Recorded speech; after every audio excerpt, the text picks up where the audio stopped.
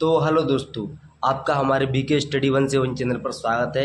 जैसे कि हम लोगों ने पिछले वीडियो में देखे थे अलंकार की परिभाषा और अलंकार कितने प्रकार के होते हैं, तो आज हम देखेंगे शब्द अलंकार के प्रकार, यानी शब्द अलंकार के प्रकार और कुछ अलंकारों की परिभाषा में देखेंगे हम लोग। देखिए, चलते हैं हम शब्द अलंकार की ओर। देखिए एक बार इस वीडियो को लास्ट तक देखिए, बिल्कुल भी सरल भाषा में, बिल्कुल भी आसान उदाहरण और 10th और 12th में बोर्ड एग्जाम के लिए सबसे महत्वपूर्ण, वेरी वेरी इंपॉर्टेंट, यानी कि 100 में 99% पूछ जाएंगे ये। देखिए, अब हम देखते हैं शब्दालंकार के प्रकार, यानी शब्दालंकार कितने प्रकार के होते हैं। देखिए एक बार शब्दालंकार के प्रकार, यानी अनुप्रास अलंकार, दूसरा हो गया यमक अलंकार, तीसरा होगा सुलेश अलंकार, चौथा होगा पुनरुक्ति अलंकार, पांचवा हो गया वक्रोक्ति अलंकार। यानी कि इन पांच में से तीन ज़्यादा पूछे जाते हैं, चार पूछे जाते हैं। अनुप्रास, यमक, स्वलेश और पुनरुक्ति अलंकार, ये चार हर जगह पूछे जाते हैं। तो हमको ये चार की परिभाषाएं और उदाहरण याद करने ही करने हैं। देखिए, अब हम पढ़ेंगे अनुप्रास अलंकार, यानी अनुप्रास अलंकार कितने प्रकार के होते हैं। अनुप्रास अलंकार की परिभाषा पढ़ेंगे पहले हम। प्रकार तो नहीं होते हैं सॉरी इसके, लेकिन अनुप्रास अलंकार की हम पढ़ेंगे क्या, परिभाषा। तो देखिए अनुप्रास अलंकार की परिभाषा, देखिए हम पढ़ते हैं। अनुप्रास अलंकार की परिभाषा, जहाँ पर व्यंजन या एक ही वर्ण की आवृत्ति बार बार होती है वहाँ पर अनुप्रास अलंकार होता है। यानी कि जहाँ पर व्यंजन या एक ही वर्ण, यानी कि व्यंजन तो आप जानते ही हैं, जो का से लेकर ज्ञा तक के होते हैं वे व्यंजन कहलाते हैं, और छोटा आ से लेकर आह तक के होते हैं वे स्वर कहलाते हैं। यानी कि अगर व्यंजन में आता तो व्यंजन में यदि वर्ण होते तो आ से लेकर आगे ज्ञान तक के वर्ण कहलाते हैं। यानी कोई भी वर्ण, यानी कि जहाँ पर व्यंजन या वर्ण की आवृत्ति बार बार होती है वहाँ पर अनुप्रास अलंकार होता है। तो देखिए उदाहरण, अब उदाहरण देखेंगे हम लोग। देखिए, रघुपति राघव राजा राम, रघुपति राघव राजा राम। तो यहाँ पर देखिए आप लोग सभी देखिए आप, यहाँ पर ये रा जो है, यहाँ पर भी आया है रा, यहाँ पर भी आया है रा, और यहाँ पर भी आया है, और यहाँ पर भी आया है। देखिए पहले ये चार शब्द हैं और चारों शब्दों में रा की आवृत्ति हुई है। यानी कि यहाँ पर देखिए रा बार बार आया, यानी कि रा वर्ण की आवृत्ति हुई है यहाँ पर।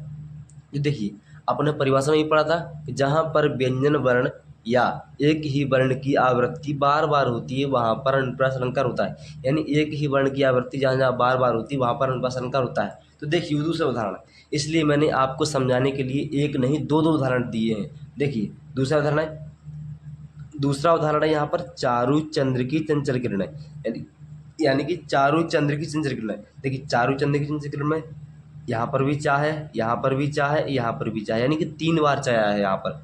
यानी कि एक से अधिक बार जहाँ पर भी हो एक ही वर्ण की आवृत्ति हो वहाँ पर अनुप्रास अलंकार होता है।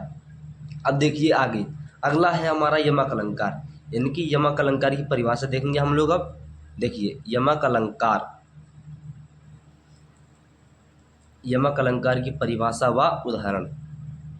देखिए यमक अलंकार, यमक अलंकार जब एक ही शब्द दो या दो से अधिक बार आए और उनके अर्थ भिन्न भिन्न हों या अलग अलग हों तो वहाँ पर यमक अलंकार होता है।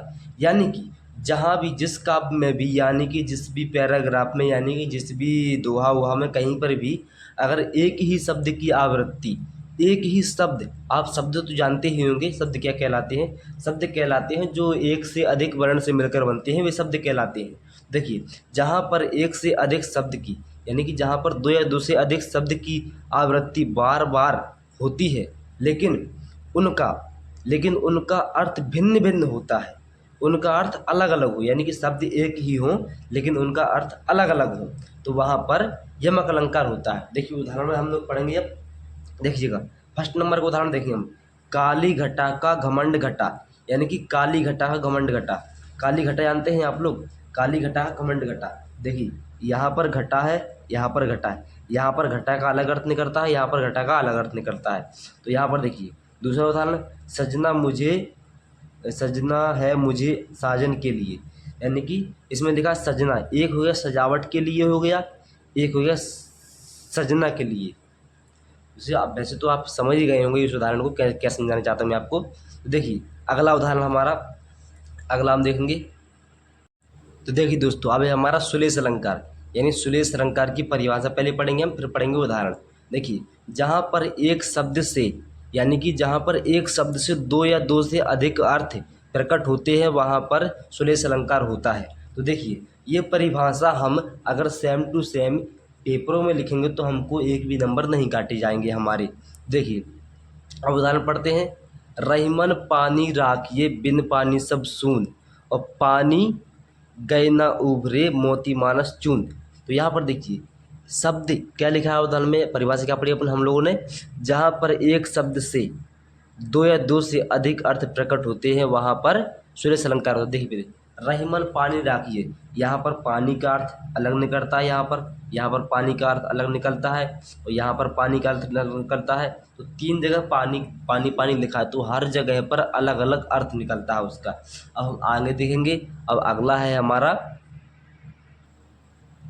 अब है हमारा पुनरुक्ति अलंकार। तो देखिए जहाँ पर एक ही शब्द का समान अर्थ में एक से अधिक बार प्रयोग होता है वहाँ पर पुनरुक्ति अलंकार होता है। यानी कि जहाँ पर एक ही शब्द का समान अर्थ में एक से अधिक बार प्रयोग होता है वहाँ पर पुनरुक्ति अलंकार होता है। जैसे कि मधुर मधुर मेरे दीपक जल, यानी कि मधुर मधुर मेरे दीपक जल, यानी कि धीमे धीमे दीपक जल, यानी कि मधुर है यहाँ पर मधुर दिया गया है। तो देखिए मधुर यहाँ पर है, यानी कि धीरे धीरे इसका भी अर्थ है, धीरे धीरे इसका भी अर्थ निकले। मधुर मधुर मेरे दीपक जल। देखिए बार बार आती है मुझको मधुर याद बचपन तेरी, नहीं बार बार, बार बार तो आप जानते हैं कि मतलब कि मुझे बार बार बचपन तेरी याद आ रही है। देखिए बार बार यहाँ पर भी दो बार है ये, और यहाँ पर भी दो बार है। तो आई होप आपका ये वीडियो अच्छा लगा हो। अगर आपका ये वीडियो अच्छा लगा तो हमारी वीडियो को लाइक कीजिए और हमारे चैनल को सब्सक्राइब कीजिए। अगली वीडियो हम लोग देखेंगे अर्थालंकार के प्रकार।